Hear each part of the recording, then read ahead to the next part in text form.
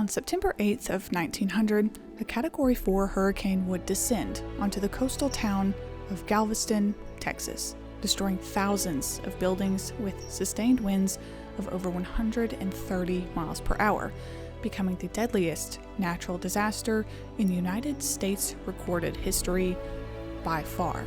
But the tale of the Great Galveston Storm of 1900 is so much more than the story of a hurricane's landfall. It's a cautionary tale in the tragic reality of the cost of willful ignorance in the context of weather forecasting. This is the story of the 1900 Great Galveston Hurricane.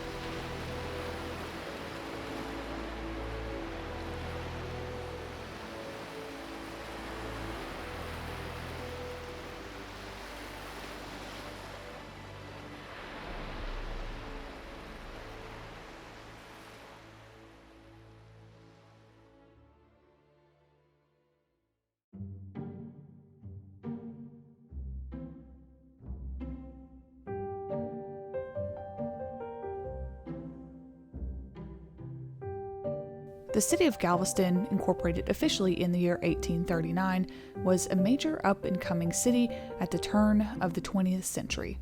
Despite its tumultuous beginnings, the port city in the year 1900 boasted a population of just below 40,000, an impressive number for the 30-mile-long barrier island. And it appeared, by all means, that the city of Galveston was destined to become one of the most prominent cities along the Gulf Coast in the coming decades. With one of the highest per capita income rates in the United States at the time, the downtown section of Galveston, called the Strand, was considered to be the Wall Street of the South. Wealthy Americans moved to Galveston in droves because of the beautiful beaches and thriving port economy. One prominent new resident that came to live in the up-and-coming beautiful port city was Isaac Klein, head of the newly built Weather Bureau office in Galveston. Isaac, a gifted forecaster and prominent figure in this story, hailed from the state of Tennessee and was said to have held a keen eye for forecasting weather, a reputation that would eventually reward him and his young family with this promotion to the head spot at the Weather Bureau office in the year 1889. It was here in Galveston and along the coastline where Isaac and his young family would build a beautiful, sturdy home to raise their family and for Isaac to observe the oncoming weather. Being in a coastal town, Galveston and its residents had seen and weathered numerous tropical storms in its past. And unfortunately, like many other coastal towns, even in modern times, being hit by lower intensity storms often provides a sense of complacency, one that often becomes detrimental when citizens believe that because storms haven't been so bad in the past, they wouldn't or couldn't be that bad in the future. And to prove just how prevalent this mentality truly was, Isaac Klein, Galveston Weather Bureau director himself, had written an article some years prior in the Galveston Daily News in 1891 stating that it would be impossible for a significant hurricane to strike the Galveston Island, which is interesting considering that not one but two hurricanes wreaked havoc on Indianola and Matagorda Bay, causing some residents of Galveston to propose a seawall to be constructed by the city, a proposition that was swiftly met with resistance. Despite having been hit by two hurricanes, the large majority of the population continued to dismiss the idea that a hurricane could or would majorly impact the port. The articles written and opinions held by Isaac Klein, who was a prominent figure in this community, only further served to discourage the originally proposed seawall from being built, essentially leaving the city exposed to the wrath of the Gulf. Thank you.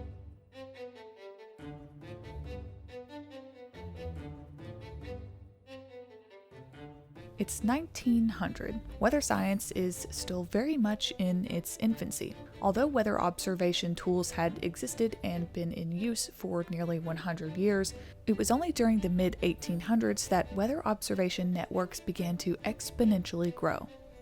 This largely thanks to the use of the telegraph, which allowed for the advancement of operational meteorology, as weather observations could now be effectively communicated, plotted, and analyzed over an expansive location like the United States. It was by the year 1860 that over 500 stations were making and reporting regular observations. And just one decade later, in the year 1870, then President Ulysses S. Grant signed a joint congressional resolution requiring meteorological observations to be taken at military stations and other points in the United States, including the approach and force of storms, making the start of the new National Weather Service called the National Weather Bureau. But despite all of this meteorological advancement, there were very few people, even within the United States Weather Bureau, who could understand the United States' most violent coastal storms, let alone how to predict them. There was one meteorological office, however, that soared above the others in their understanding and prediction of tropical weather: a Catholic college and meteorological observatory in Havana, Cuba. Unsurprisingly, this college was home to some of the most brilliant tropical forecasters in the world in the early 20th century, forecasters who knew the Greater Antilles and the waters of the Caribbean Sea like the back of their hand. And of course, these forecasters are going to be a critical part of this story. And that brings us now to the summer of 1900.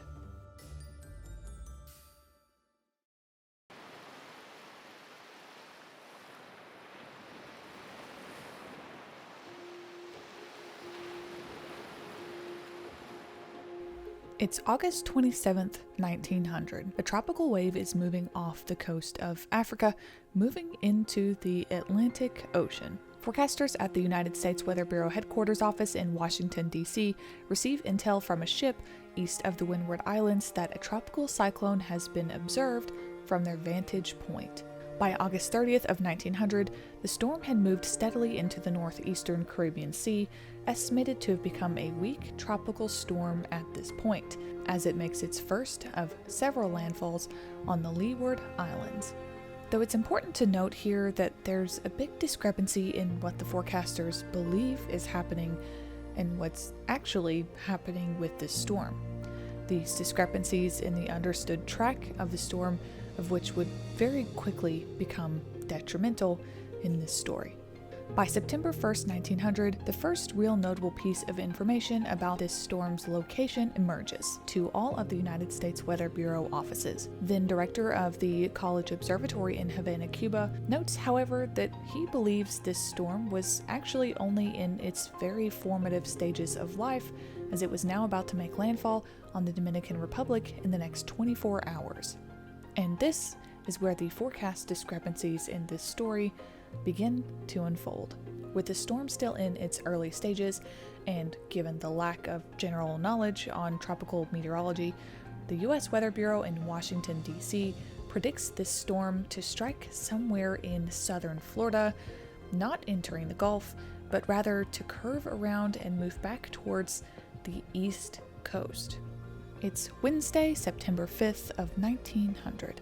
The forecasters at the Havana Weather Bureau office begin to suspect that something is not quite right about Washington's prediction. Using observations like wind, the types of clouds that were present, and the time of year it was, these pieces of information could tell the forecasters roughly where this storm's location was, if it was intensifying, and where it might be headed towards. The conclusion of these observations made in Havana were that the forecasters believed this storm was headed towards the Gulf, and went so far as to predict this entire system being forecast to move towards the coast of Texas. Upon their realization, head forecasters at the Havana office promptly warned the Washington office of what they believed could be a major hurricane moving towards the United States Gulf Coast.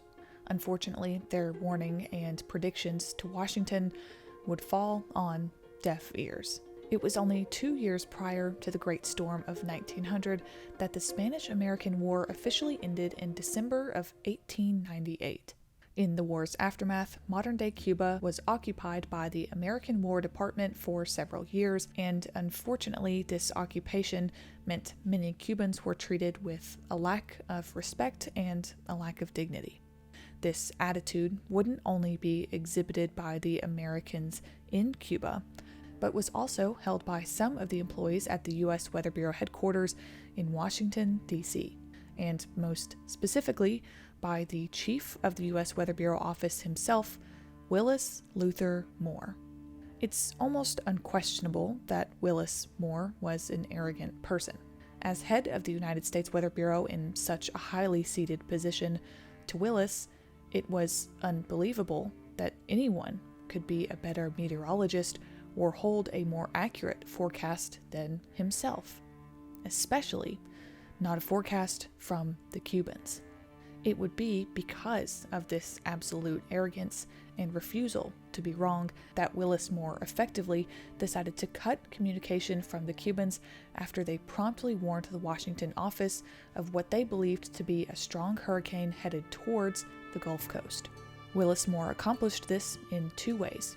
The first being to blatantly ignore any and all telecommunication from the Havana office, and secondly, by mandating that all local Weather Bureau offices across the United States were prohibited from issuing their own hurricane warnings or making any critical decisions without Washington's approval first.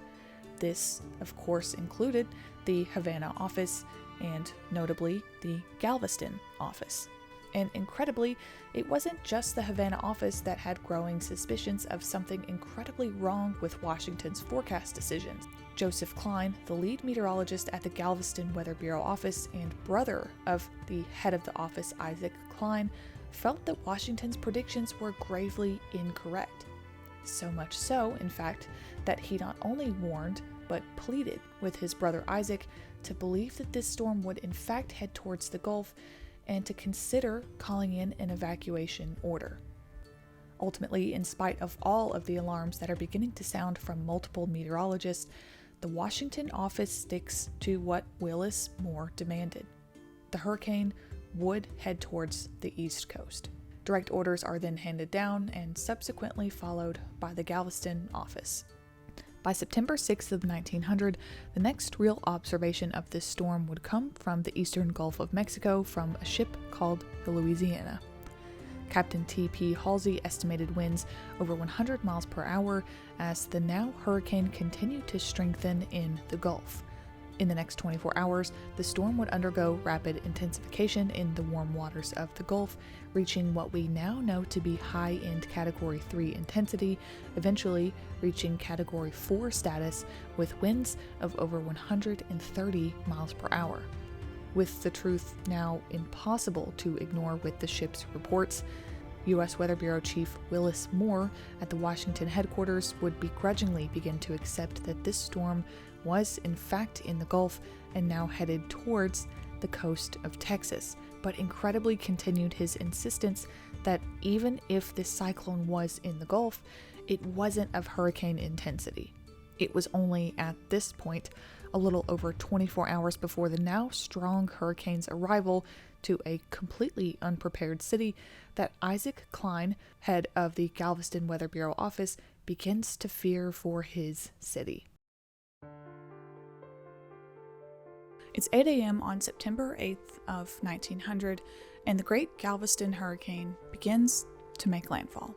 During the morning hours, high tides would flood the city, with water only continuing to rise drastically during the afternoon hours. Many eyewitness accounts from survivors reported that in some instances the water would rise 4 feet within a matter of seconds. By 8 p.m. on September 8th, an additional 5 feet of water had flowed into portions of the city, in addition to 9 inches of rain falling in the city of Galveston in a mere few hours. This rainfall alone setting a record for the most rainfall for any 24-hour period in the month of September in Galveston's history. The lowest recorded barometric pressure was estimated to be around 936 millibars at the time of its landfall. As the core and most intense part of the winds of the Great Galveston hurricane began to make landfall in the city, the Weather Bureau's anemometer picks up a 100-mile-per-hour reading before promptly being blown off the building. The worst was still yet to come. The hurricane would go on to make landfall as a very strong Category 4 hurricane with sustained winds between 130 and 145 miles per hour. Galveston, of course, suffering the brunt of the impact. With these kinds of sustained winds, in addition to the storm surge above 15 feet in many areas, coastal homes and buildings, many of which rested on stilts along the coastline, stood absolutely no chance. It's written by Isaac Klein in his later autobiography that, quote, "In reality, there was no island, just the ocean, with houses standing out of the waves, rolling in between them." For the immediate areas of Galveston, the most devastating effects of this storm were a combination, of course, of the high wind speeds and the incredibly devastating storm surge. Buildings and areas that were fortunate enough to be spared by the 100+ mile-an-hour sustained winds were unfortunately devastated by the catastrophic storm surge. Any and all bridges that were connecting the mainland to the city of Galveston were washed away, with an additional 15 miles of railroad tracks estimated to have been washed away as well. The incredibly powerful storm surge from this event swept homes, businesses, and industrial-sized buildings off their foundations, oftentimes pushing one of them into the other. It was estimated that every single building and structure within the city limits of Galveston was damaged, with over 3,600 homes being completely destroyed. In the aftermath, over 10,000 people were left without homes. 1/3 of Galveston was now homeless.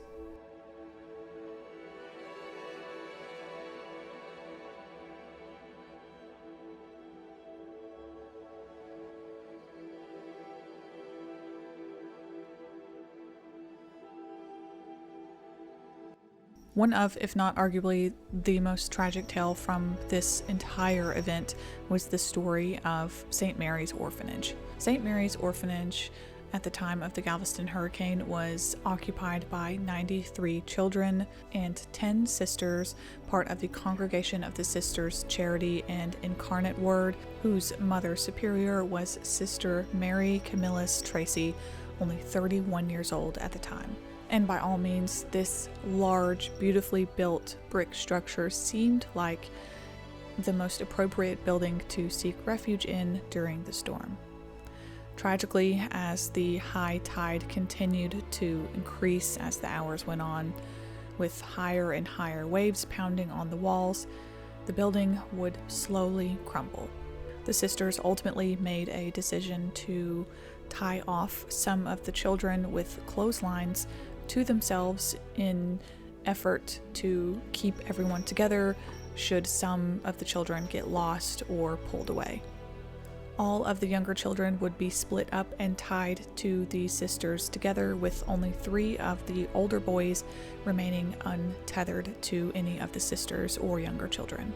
As the storm rolled in, they began to sing a favorite hymn called Queen of the Waves. Tragically, as the rest of the building collapsed, 90 children and all 10 sisters would lose their lives, the only survivors being the 3 older untethered boys who managed to survive by grabbing onto a floating tree nearby.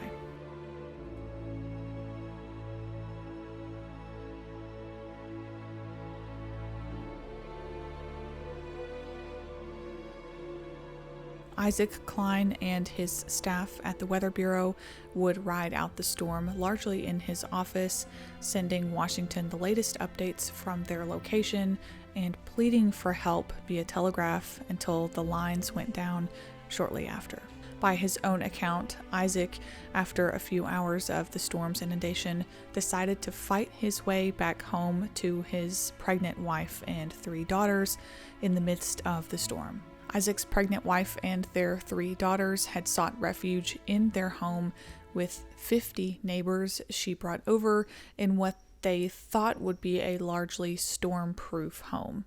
Their house was ultimately destroyed by a railroad trestle that was flung into the home, subsequently destroying it and sending all of those who were sheltering inside into the rising waters. By the time Isaac made it home, he managed to save one of his daughters, with his brother Joseph managing to save the other 2 from the flood. Tragically, Isaac's wife, with their unborn child, would not survive.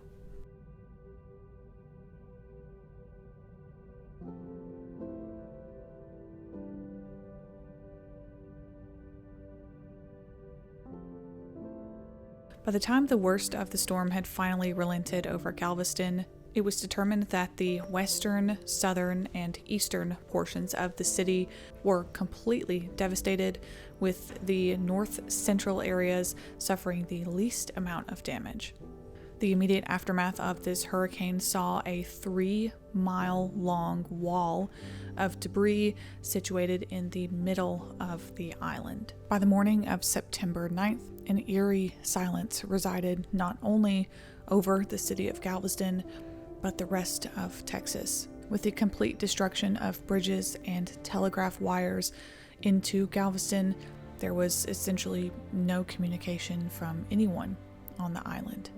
That next morning, one of the few surviving ships in the Galveston wharf sailed into the western side of Galveston Bay with a group of messengers from the city. By the time they reached the telegraph office in Houston early on September 10th, only a short message was sent to then Texas Governor Joseph D. Sayers and the U.S. President William McKinley. The message writes, quote, "I have been deputized by the mayor and the Citizens Committee of Galveston to inform you that the city of Galveston is in ruins." These messengers additionally attempted to estimate the number of fatalities that may have occurred in Galveston to figure out how many supplies may be needed.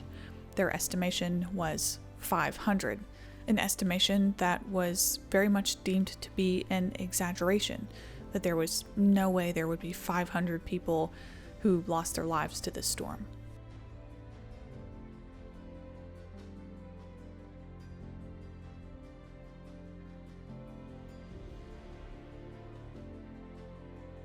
Now, the recovery and collection and burial of bodies is a job that I can never imagine having to endure, and it was quickly realized by officials as well. One of the very dark realities of this story in this period in time is that African Americans and Black Americans were still very, very much exploited. And so, in this story particularly, we have to talk about the fact that this job of finding and disposing of bodies was given to an estimated 50 African American men who were forced at gunpoint to handle the mass amount of bodies that were being found from this hurricane. The poor souls who were conscripted for this job were given whiskey in an attempt to relieve some of their symptoms of the horror and terror of the jobs that they were being forced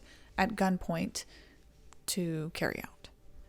The final total of the amount of people who lost their life in the Galveston hurricane will never fully be known, though we can talk about some of the estimates and where those discrepancies might lie. Most figures that you will come across will state that between 6,000 and 12,000 people lost their life, and that is a very large margin. From what I have read, the most cited and what I think might be the most credible number is closer to 8,000, which is at least 20% of Galveston's population at the time.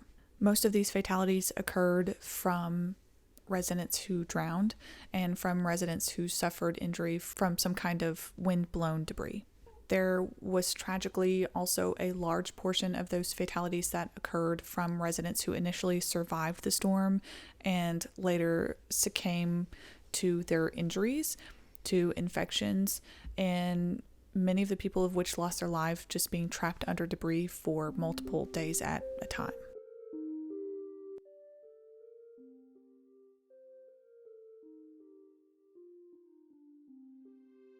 And by all means, the city officials of Galveston and Houston, of the state of Texas, and various business owners, organizers, charities, and the residents themselves all put in a tremendous amount of effort in the coming weeks and months and years into the city of Galveston's full recovery to help rebuild the port city.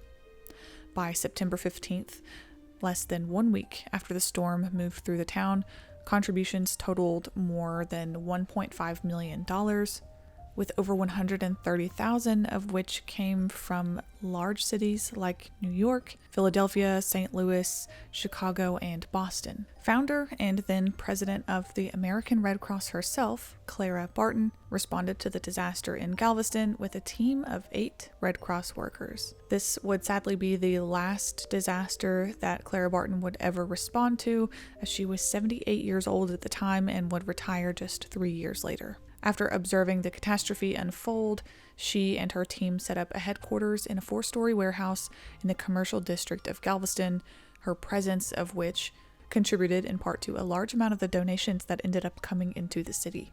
It was on September 9th that the Galveston city officials established the Central Relief Committee for the Galveston storm sufferers, called the CRC, most importantly ensuring that food and water were becoming readily available for residents as soon as they possibly could, areas of shelter, how they were going to hospitalize the thousands and thousands of people that needed to be hospitalized, and public safety, because as of course we always, for some reason, have to talk about the fact that looters are and have always been a real and prevalent part of disaster recovery. In the coming weeks, the very long process of recovery of the city of Galveston would begin. In addition to the now 20% of Galveston's population who lost their lives, there were over 10,000 residents that were now out of a home and were homeless and needed somewhere to stay. Fortunately, the United States Army was able to set up temporary shelters and tents along the shores of Galveston. These mass amounts of tents lined up on the shoreline eventually gave Galveston the temporary nickname of the White City on the Beach. One of the critical steps of rebuilding, which should have been done prior to this hurricane really, was to create a strategy to mitigate future hurricanes from devastating the city as this one did. The city of Galveston ended up hiring a team of engineers to design structures that would protect Galveston from future hurricanes. And you'll never guess what one of the recommendations was for the city of Galveston. That's right, a seawall. In November of 1902, residents overwhelmingly approved funding to build a seawall in Galveston, the first 3 miles of which were 17 feet high.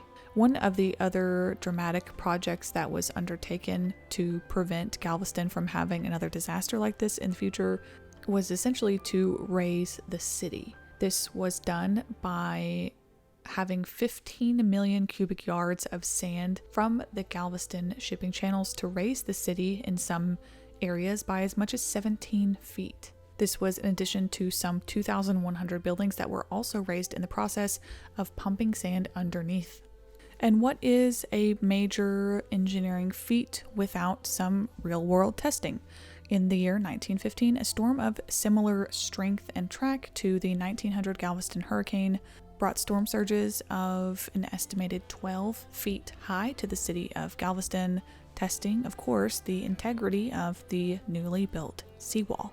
While this storm did take 53 lives with it, it was a significant improvement to the destruction and loss of life that occurred in the year 1900, which of course was completely unprotected at the time.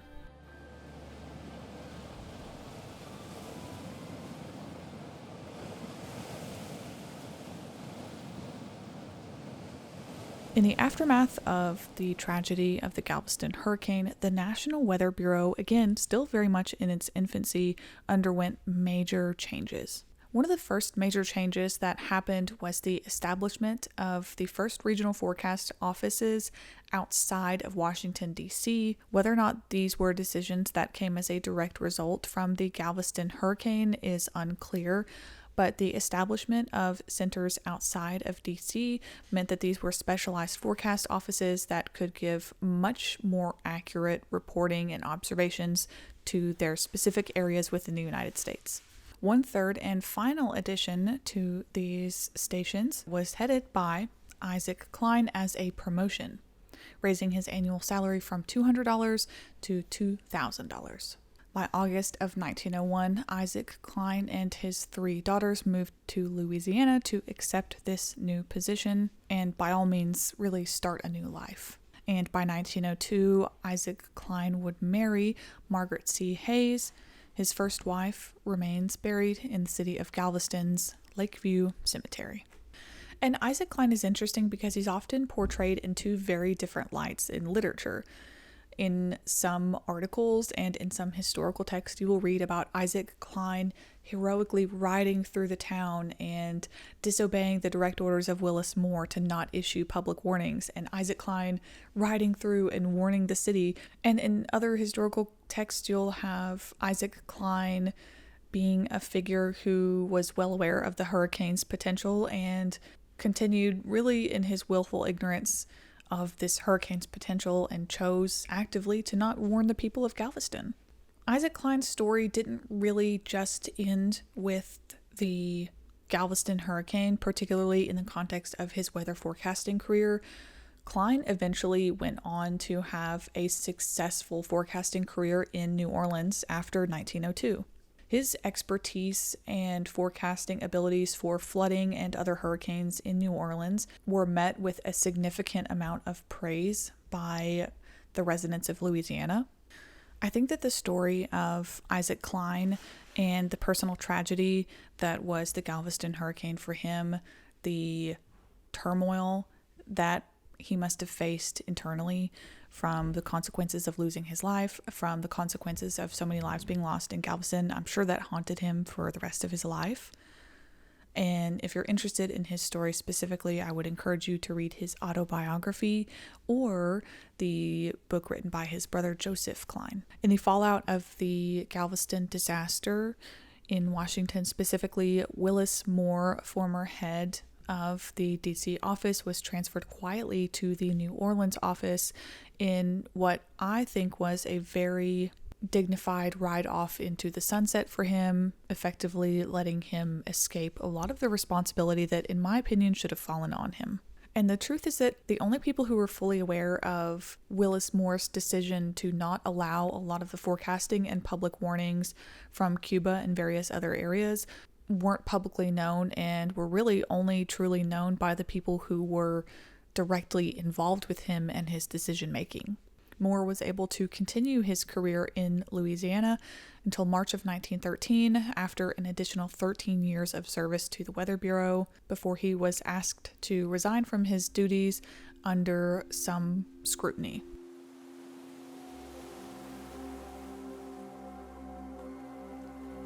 And it wasn't just the physical rebuilding of the city of Galveston, though that did present to be the largest challenge.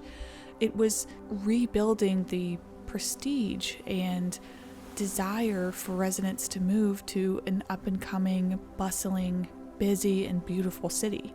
How were they going to rebuild the Wall Street of the South in Galveston that's just been destroyed by a hurricane?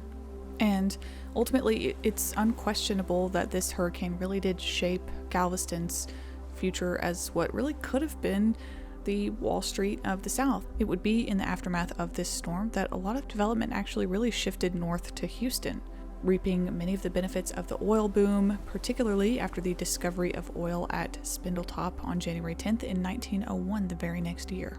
The dredging of the Houston Ship Channel began in 1909, opening in 1914, which really ended Galveston's only hopes of reclaiming its dreams of becoming this major commercial center. By the year 1910, although the population did decline to some 36,800, This wasn't as nearly of a devastating loss in a 10-year span of time as some people might have originally thought.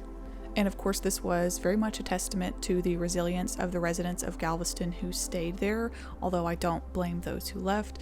It's a testament to the rebuilding committees that worked so incredibly hard to restore Galveston to a beautiful and thriving city. And it was a testament to the fact that at this point in history, there was still a lot of development and economic growth that could be had at the turn of the century. But really, the fact that they were still able to pull through and become a major city now in the 21st century is nothing short of incredible.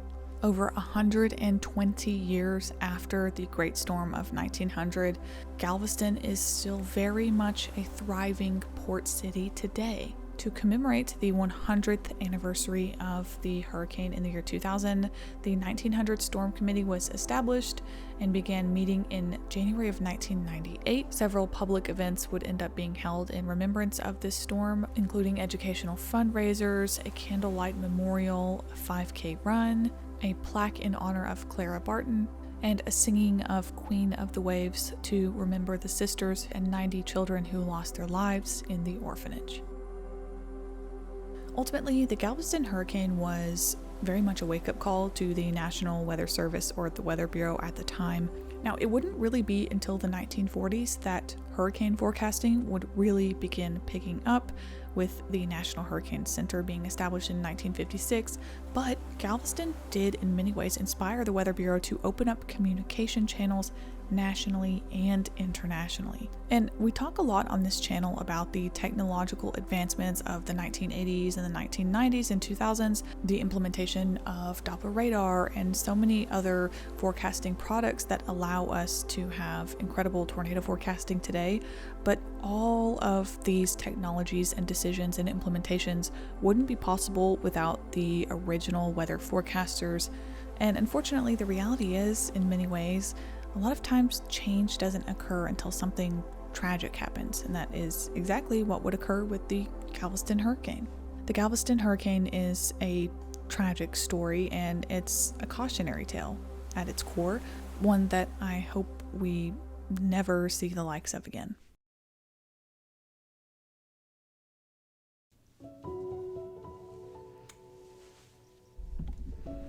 Everybody, this is our new member of the family, Crash Bandicoot. He is very much in a playful mood. I had introduced him in the first iteration of this video that I wanted to film, and I will show you guys those clips.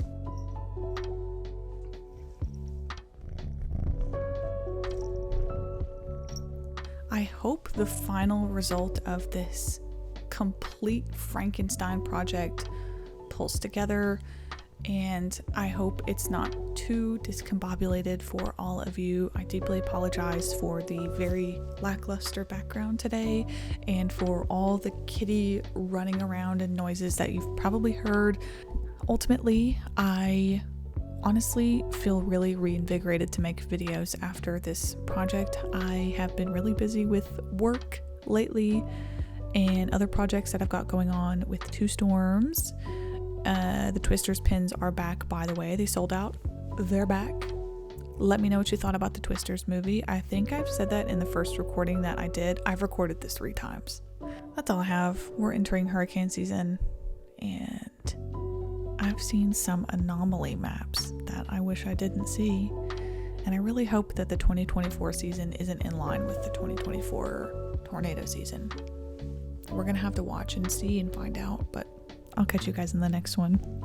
Bye. Hold on. Here we go.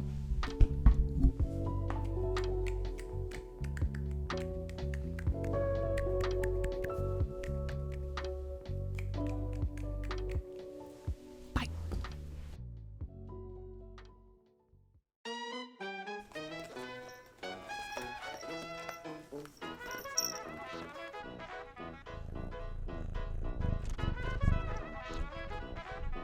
What do you want to say? Only official. Lord have mercy, buddy. Kitty. Crash. Psst, psst, psst.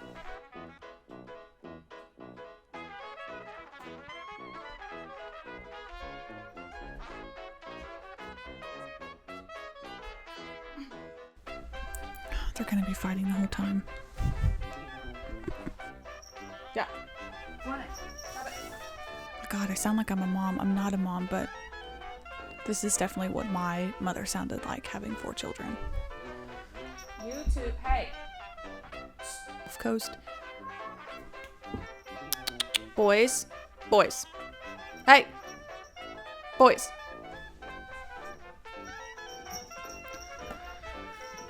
Lord have mercy. Blaze. Okay, out, out, out.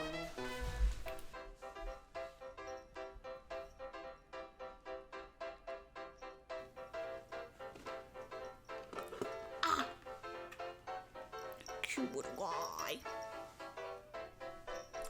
Areas where peoples.